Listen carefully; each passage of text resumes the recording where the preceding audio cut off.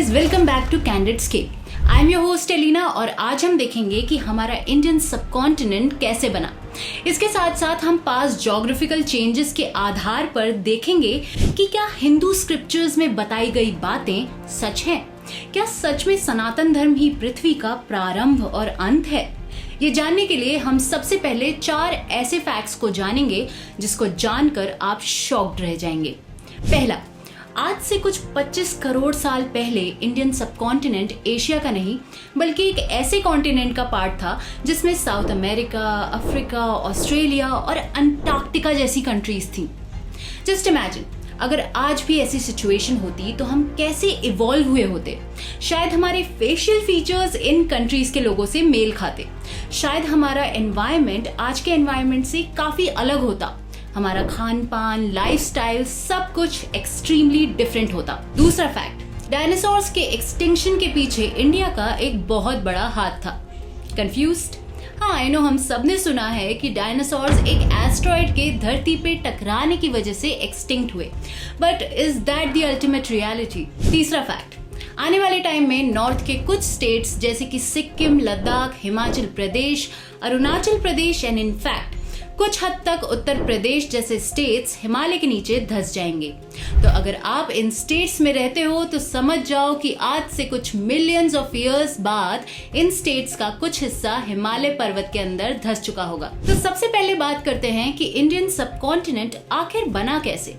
Do you know that there was a time जब कोई continents ही नहीं थे और सिर्फ एक महासागर था। ये बात है कुछ 200 से 300 मिलियन साल पहले की, जब धरती पे सिर्फ एक ह्यूज लैंडमास था और एक ही महासागर भी। कोई देश नहीं, कोई कॉन्टिनेंट नहीं। इस ह्यूज लैंडमास का नाम था पैंजिया और महासागर का नाम था पैंथरलेसा। तो ये लैंडमास अलग कैसे हुआ? इसका सीधा सिंपल आंसर है continental drift due to convection cycle. अब इसको थोड़ा और आसान तरीके से समझते हैं। हम सभी ने ज्योग्राफी में पढ़ा था कि हमारी पृथ्वी 4 लेयर से मिलके बनी है। सबसे ऊपरी लेयर जमीन वाली यानी कि क्रस्ट, उसके नीचे मैंटल, फिर आउटर कोर और सबसे अंदर बीच में इनर कोर जिसमें सूरज की जितनी गर्मी है। अब इस गर्मी की वजह से जो इनर कोर के सबसे पास वाले पत्थर होते हैं वो गर्म होके ऊपर क्रस्ट की तरफ भागने लगते हैं। अब इन पत्थरों के ऊपर आ जाने की वजह से जो ऑलरेडी ऊपर एग्जिस्ट करते हुए ठंडे पत्थर होते हैं उनको जगह ही नहीं मिलती, तो ऑब्वियसली वो नीचे इनर कोर की तरफ आ जाते हैं। अब यहाँ इनर कोर की तरफ आके उनको भी गर्मी लगने लगती है, तो वो भी फिर से ऊपर क्रस्ट की तरफ भागने लगते हैं। बस इसी रिपीटेड साइकिल को कहते हैं कॉन्वेक्शन साइकिल, और इसी रिपीटेड प्रोसेस की वजह से ही हमारी ऊपरी जमीन की टेक्टोनिक प्लेट्स एक दूसरे से दूर होने लगती हैं। इसी प्रोसेस के चलते हमारा जो इकलौता ह्यूज लैंडमास था पैंजिया, वो 2 हिस्सों में बट गया, लॉरेशिया एंड गोंडवाना। अब हमारे पास एक की जगह 2 कॉन्टिनेंट्स हो गए। लॉरेशिया जिसमें कंट्रीज जैसे कि Asia, Europe and north America जैसे देश शामिल थे, एंड दूसरी तरफ था गोंडवाना जिसमें साउथ अमेरिका, अफ्रीका, इंडिया और अंटार्कटिका जैसे देश शामिल थे। एंड इन दोनों कॉन्टिनेंट्स के अलग होने की वजह से बीच में मौजूद ओशन को टेथाइस ओशन का नाम मिला। हमें ये पूरा प्रोसेस समझाने का श्रेय जाता है the famous German meteorologist and geophysicist Alfred Wegener को, जिन्होंने अपनी पैंजिया थ्योरी के माध्यम से हमें ये पूरा कॉन्सेप्ट समझाया। इन्होंने अपनी थ्योरी प्रूफ करने के लिए कई सॉलिड एग्जांपल्स भी दिए, जैसे कि मीजोसॉरस का, नहीं ये कोई डायनासोर नहीं थे बट सांपों की एक एंशिएंट प्रजाति थी। आल्फ्रेड ने बताया कि इस प्रजाति के फॉसिल्स आपको साउथ अमेरिका और अफ्रीका दोनों में मिलेंगे, जबकि आज की डेट में इन दोनों कंट्रीज के बीच अटलांटिक ओशन है। अब जाहिर सी बात है मीजोसॉरस ने ये लंबा फैसला तैर के तो पार किया नहीं होगा। ऑब्वियसली ये दोनों कंट्रीज पहले जुड़ी हुई होंगी। तो देखा ना आपने कैसे इंडिया और एशिया 2 अलग अलग कॉन्टिनेंट का पार्ट थे। बट द क्वेश्चन इज कि फिर ये आपस में मिले कैसे? I know you will say obviously वैसे ही जैसे पैंजिया टूट के लॉरेशिया और गोंडवाना बना, मतलब कि कॉन्टिनेंटल ड्रिफ्ट और टेक्टोनिक प्लेट्स की मूवमेंट की वजह से। हाँ, I mean you are partially right, but इसका एक और मेजर रीजन है और वो ये है कि इंडिया का लैंडमास काफी हल्का है, सिर्फ कुछ 100 किलोमीटर गहरा, जबकि गोंडवाना की बाकी कंट्रीज जैसे कि Australia, Antarctica and South America, इन सब का लैंडमास काफी गहरा है। तकरीबन 180 से लेकर 300 किलोमीटर जितना डीप। एंड ये एक मेजर रीजन है जिसकी वजह से इंडिया 18 to 20 सेंटीमीटर की स्पीड से हर साल यूरेशिया की तरफ बढ़ता जा रहा है, जहां गोंडवाना की बाकी कंट्रीज सिर्फ 4 से 5 सेंटीमीटर की स्पीड से ही शिफ्ट हो रही हैं। अब इमेजिन करो कि आपने एक पेपर बोट और एक वुडन बोट को पानी में फ्लोट करने के लिए पुश किया, तो ऑब्वियसली वाटर करंट के हिसाब से पेपर बोट की स्पीड ज्यादा होगी क्योंकि उसका वेट कम है, और वुडन की स्पीड कम होगी क्योंकि उसका वेट ज्यादा है। बस यही case India and other countries के साथ भी है। हमने इससे पहले आपको बताया था कि नॉर्थ के कई स्टेट्स आने वाले टाइम में हिमालय के नीचे धंस जाएंगे, तो इसका यही रीजन है इंडिया की ये 18 to 20 सेंटीमीटर वाली speed due to its land mass size. अब बात करते हैं कि आज की डेट में जो हम हिमालय पर्वत देखते हैं, जिसकी ऊंचाई कुछ 8,849 मीटर जितनी लंबी है, ये आखिर बने कैसे? You know it already। जैसे ये पेपर किसी चीज से टकरा के फोल्ड हो जाता है, बिल्कुल वैसा ही हिसाब हिमालय पर्वत का रहा है। गोंडवाना से टूटने के बाद इंडिया जब अपने हल्के लैंडमास की वजह से यूरेशिया से आके टकराया, तब उस टकरावट की वजह से हिमालय पर्वत का जन्म हुआ।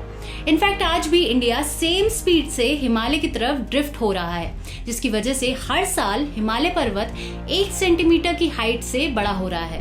हमने इससे पहले बताए गए 2 फैक्ट्स तो एक्सप्लेन कर दिए, एक कि इंडिया कैसे एशिया का पार्ट नहीं था, एंड दूसरा कि कैसे हमारे नॉर्थ के स्टेट्स आने वाले समय में हिमालय के अंदर धंस जाएंगे। अब बाकी के 2 पॉइंट्स को समझाते हैं और शुरुआत करते हैं डायनासोर्स से। जैसा कि हम सब जानते हैं कि इस दुनिया में डायनासोर्स का खात्मा चिकसलब एस्ट्रॉइड ने किया था, बट अगर मैं आपसे कहूं कि ये सिर्फ एस्ट्रॉइड का किया धरा नहीं है, बल्कि इस एक्सटिंक्शन का सिलसिला कई सालों पहले ही शुरू हो गया था, और वो भी इंडिया से, तो क्या आप यकीन करेंगे? तो हाँ, ये सिलसिला एक्चुअली शुरू हुआ था महाराष्ट्र के डेक्कन ट्रैप्स से। डेक्कन ट्रैप्स वो चट्टानें होती हैं जो लावा के सॉलिडिफाई होने के बाद बन जाती हैं। इन डेक्कन ट्रैप्स के आसपास ज्वालामुखी फटते रहने से यहाँ की हवा में पॉइजनस और हानिकारक गैस फैली हुई थी। यही नहीं, इस लावा की वजह से पानी में भी सल्फर की मात्रा काफी हाई हो गई थी। और तो और रिसर्चर्स ने जब सालों पुराने फॉसिल्स को टेस्ट किया जो डायनासोर्स के एक्सटिंक्शन के टाइम से एग्जिस्ट कर रहे थे, तो उन्हें इन फॉसिल्स में मर्क्यूरी का भी काफी हाई कंटेंट मिला।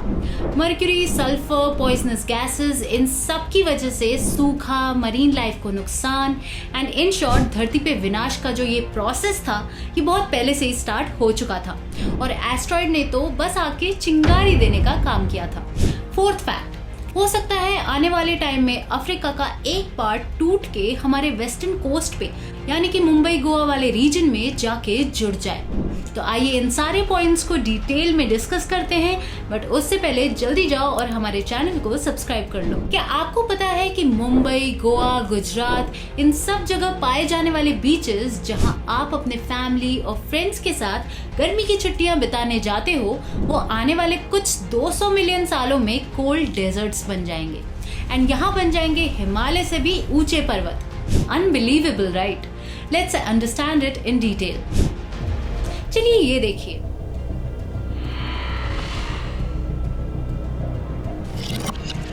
लग रहा है ना जैसे 2012 मूवी का कोई सीन हो, बट नो, ये कोई मूवी सीन नहीं बल्कि हकीकत है। ये है अफ्रीका का वो हिस्सा जो टूटना चालू हो चुका है, और आने वाले समय में इसका एक हिस्सा आके भारत के वेस्ट कोस्ट में जुड़ जाएगा। अफ्रीका के 2 हिस्से होने वाले हैं, एक तो होगा नूबियन प्लेट और दूसरा सोमालियन प्लेट। इसी सोमालियन प्लेट वाले हिस्से को हम जल्द ही अफ्रीका के नूबियन प्लेट से अलग होता देखेंगे। अब इस जगह के स्प्लिट के पीछे एक मेजर रीजन है, और वो है मैग्मा प्ल्यूम। गूगल पे इसकी डेफिनेशन देखी जाए तो they are areas of hot upwelling mantle, यानी कि मैंटल से होते हुए गुजरने वाली वो गर्म आग की लपटें जो सीधे अर्थ की क्रस्ट पे जाती हैं, कुछ इस तरीके से। और इनकी ही वजह से अर्थ की क्रस्ट में जगह जगह पे हॉटस्पॉट्स बन जाते हैं, और इन्हीं हॉटस्पॉट्स की वजह से ही वोल्केनिक इरप्शंस पैदा होते हैं। इन्हीं वोल्केनिक इरप्शंस और भूकंप की वजह से रिसेंटली 2023 में कॉन्गो में भूचाल आ गया। इसी भूचाल की वजह से इथियोपिया से जिम्बाब्वे के बीच तमाम तरीके के क्रैक्स आ गए। अब अगर ये सोमालियन प्लेट आके इंडिया के वेस्ट कोस्ट में जुड़ जाती है, तो आप कहोगे अच्छा ही है ना, इंडिया का लैंड एरिया और बड़ा हो जाएगा। पॉपुलेशन और स्पेस की समस्या चली जाएगी, लोगों को मुंबई में घर मिलना शुरू हो जाएंगे, और तो और लेक विक्टोरिया जो कि वर्ल्ड की सबसे बड़ी ट्रॉपिकल लेक है वो भी इंडिया का पार्ट बन जाएगी। लो भाई, पानी की समस्या भी खत्म। बट ये सब इतना सिंपल नहीं है। दरअसल जिस तरीके से इंडिया के यूरेशियन प्लेट से टकराने के बाद हिमालयस बने थे, उसी तरीके से वेस्ट कोस्ट से सोमालियन प्लेट के टकराने के बाद यहाँ हिमालय से भी ऊंचे पर्वत सोमालियास बन जाएंगे और वेस्टर्न कोस्ट की सारी ग्रीनरी, झरने, हरियाली, जीव जंतु सब कुछ गायब हो जाएगी और ये ठंडा बर्फीला रेगिस्तान बन के रह जाएगा। अरे अफ्रीका भी तो आज से मिलियंस ऑफ ईयर्स पहले हरा भरा हुआ करता था, बट इन्हीं क्रैक्स की वजह से अब अफ्रीका का मैक्सिमम एरिया बंजर हो चुका है। तो चलिए, हमने ऊपर दिए हुए चारों फैक्ट्स को तो एक्सप्लेन कर दिया। आइए अब देखते हैं कि इन सारे ज्योग्राफिकल चेंजेस का हिंदू स्क्रिप्चर्स में वर्णन है या नहीं। Come let's see. आज से कुछ 700 साल पहले तक पूरी दुनिया को लगता था कि पृथ्वी फ्लैट है, बट सिर्फ हमारे हिंदू स्क्रिप्चर में शुरुआत से ही ज्योग्राफी को भूगोल कहा जाता था। यानी कि ये हमने बहुत पहले ही सिद्ध कर दिया था कि भूमि गोलाकार की है। इसके साथ साथ और भी कई ज्योग्राफिकल फीचर्स एंड इवेंट्स का संकेत दिया गया है हमारे हिंदू स्क्रिप्चर्स में, जैसे कि पैंजिया थ्योरी का मेंशन। यस, हिंदू स्क्रिप्चर्स में पैंजिया थ्योरी की तरफ इशारा किया गया है। चलिए देखते हैं ऐसे ही कुछ वाल्मीकि रामायण के वर्सेस को, जिससे ये चीज और क्लियर हो जाएगी। O sons, you may therefore proceed to search for the horse and its thief on this entire earth which is garlanded by the ocean. Safety upon you all. इस वर्स में king सागर और उनके 60,000 पुत्रों की बात हो रही है।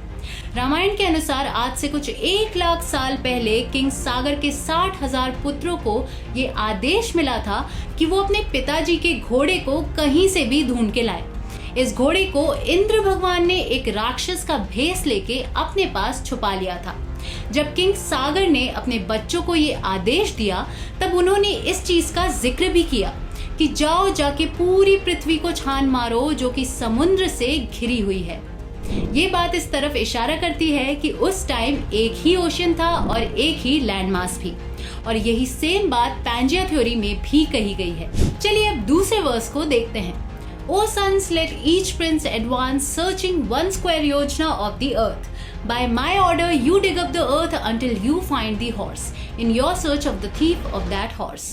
अब किंग सागर के बेटों ने पूरी धरती पे ढूंढ लिया, बट उनको वो घोड़ा नहीं मिला, तो उन्होंने अपने पिताजी के आदेश पर धरती को खोदना शुरू कर दिया उस घोड़े को ढूंढने के लिए। इस खुदाई के चलते ही उन्होंने इस सिंगल लैंड मास को 2 हिस्सों में डिवाइड कर दिया, यानी कि 2 कॉन्टिनेंट्स में डिवाइड कर दिया, जो बाद में पैंजिया थ्योरी के हिसाब से बना लॉरेशिया एंड गोंडवाना। इस पूरे सिनेरियो की वजह से ही आज हम ओशंस को हिंदी में सागर कहते हैं, क्योंकि ये नाम डेडिकेटेड है किंग सागर को। जियोलॉजिकल साइंसेस के हिसाब से जब पैंजिया टूट के लॉरेशिया और गोंडवाना बना, तब उन दोनों कॉन्टिनेंट्स के बीचों बीच एक ओशन पैदा हुआ जिसे नाम दिया गया the टेथाइस C.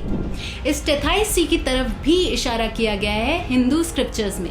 King Bhagirath followed by Ganga has gone to the ocean like ditch which was dredged up by the sons of Sagar and entered the subterranean region of earth where the sons of Sagar were rendered into ashes. Thus Vishwamitra continued his narration about the descent of river Ganga. इसमें जो ocean like ditch का reference दिया गया है, हो सकता है ये टेथाइस सी की तरफ ही इशारा कर रहा हो। इसी तरीके से जो हमने इससे पहले डिस्कस किया था कि हिमालय की हाइट हर साल 1 सेंटीमीटर के हिसाब से बढ़ रही है, उसका भी वर्णन हिंदू स्क्रिप्चर में दे रखा है, यानी कि किसी भी पर्वत की हाइट बढ़ने का वर्णन। स्कंद पुराण बुक 4 काशी खंड सेक्शन 1 पूर्वर्धा chapter 1 increase in height of Vindhya. After deciding thus the Vindhya mountain began to increase in height with the determination of good fighter by means of his peaks which would reach and bring about an end to the limitless firmament. अब देखो, ये सारे religious texts कोई solid evidence तो नहीं देते हैं, but metaphorically देखें तो कई इंटरप्रिटेशंस के लिए दरवाजे जरूर खोल देते हैं, क्योंकि anything can be possible. But एक मेजर क्रिटिसिज्म इन सारी थ्योरीज एंड टेक्स्ट का ये है कि ह्यूमन स्पीसीज धरती पे कुछ 6 मिलियन साल पहले ही आए हैं, जबकि पैंजिया कुछ 200 मिलियन साल पहले टूटा था। तो ये टाइम गैप की वजह से ये एक्सप्लेन करना बहुत ही मुश्किल हो जाता है कि इससे पहले बताए हुए टेक्स्ट क्या हम सच में पैंजियन थ्योरी से रिलेट कर सकते हैं, या ये just another misinterpretation of religious text है, या फिर सच में ह्यूमंस का एग्जिस्टेंस इससे भी पुराना है और हिंदुइज्म 200 मिलियन साल पहले भी एग्जिस्ट करता था। ये कुछ मिस्ट्रीज हैं जिनका अभी तक तो कुछ साइंटिफिक प्रूफ नहीं मिला है, बट क्या पता आगे चल के मिल जाए। क्या पता पैंजिया प्रॉक्सिमा की भी थ्योरी सच हो जाए। पैंजिया प्रॉक्सिमा थ्योरी भी अल्फ्रेड के द्वारा ही डिराइव थी, जिसके थ्रू उन्होंने बताया था कि आज से कुछ 25 करोड़ साल बाद सारे कॉन्टिनेंट्स वापस से आपस में मिलके एक सिंगल कॉन्टिनेंट बना लेंगे, यानी कि रिवर्स साइकिल। और इस चीज की शुरुआत तो हो ही चुकी है, जैसा कि आपने देखा कैसे अफ्रीका 2 भागों में टूट रहा है और इसका एक हिस्सा आने वाले कुछ मिलियन सालों में इंडिया से आके जुड़ने वाला है। क्या पता इसी तरीके से कॉन्टिनेंट्स ब्रेक हो के इवेंचुअली आपस में मिल जाएं। वैसे इस साइकिल का भी तो जिक्र किया गया है हिंदू स्क्रिप्चर में, जैसे कि हिंदुइज्म में बताया गया है कि 4 युग होते हैं, सतयुग, त्रेता युग, द्वापर युग और कलयुग। कलयुग अंतिम पड़ाव होता है ह्यूमन सिविलाइजेशन का, जिसके बाद दुनिया का अंत सुनिश्चित है। इस अंत के बाद वापस से 4 युगों का आरंभ होगा, अगेन स्टार्टिंग फ्रॉम सतयुग। बेसिकली ये पूरा कॉन्सेप्ट एक तरीके से cycle of creation and destruction की बात करता है, बिल्कुल उसी तरीके से जैसे बिग बैंग थ्योरी के हिसाब से ये सृष्टि का क्रिएशन हुआ, एंड देन पैंजियन थ्योरी के हिसाब से कॉन्टिनेंट्स का breakage, then eventually Pangaea Proxima की थ्योरी के हिसाब से लैंड मास एक हो जाएंगे, एंड अल्टीमेटली होगा डिस्ट्रक्शन, जिसकी एक थ्योरी है बिग क्रंच थ्योरी। जैसे यूनिवर्स के क्रिएशन के लिए बिग बैंग थ्योरी थी, वैसे ही यूनिवर्स के एंड के लिए है ये big crunch theory. As per this theory एक दिन ऐसा आएगा जब गैलेक्सीज एंड स्टार्स के बीच की ग्रेविटी के इफेक्ट के चलते हमारा यूनिवर्स फैलना बंद कर देगा और धीरे धीरे कॉन्ट्रैक्ट होना शुरू हो जाएगा। कॉन्ट्रैक्ट होते होते ये अल्टीमेटली एक पॉइंट में कंज्यूम हो जाएगा, just reverse of the big bang theory.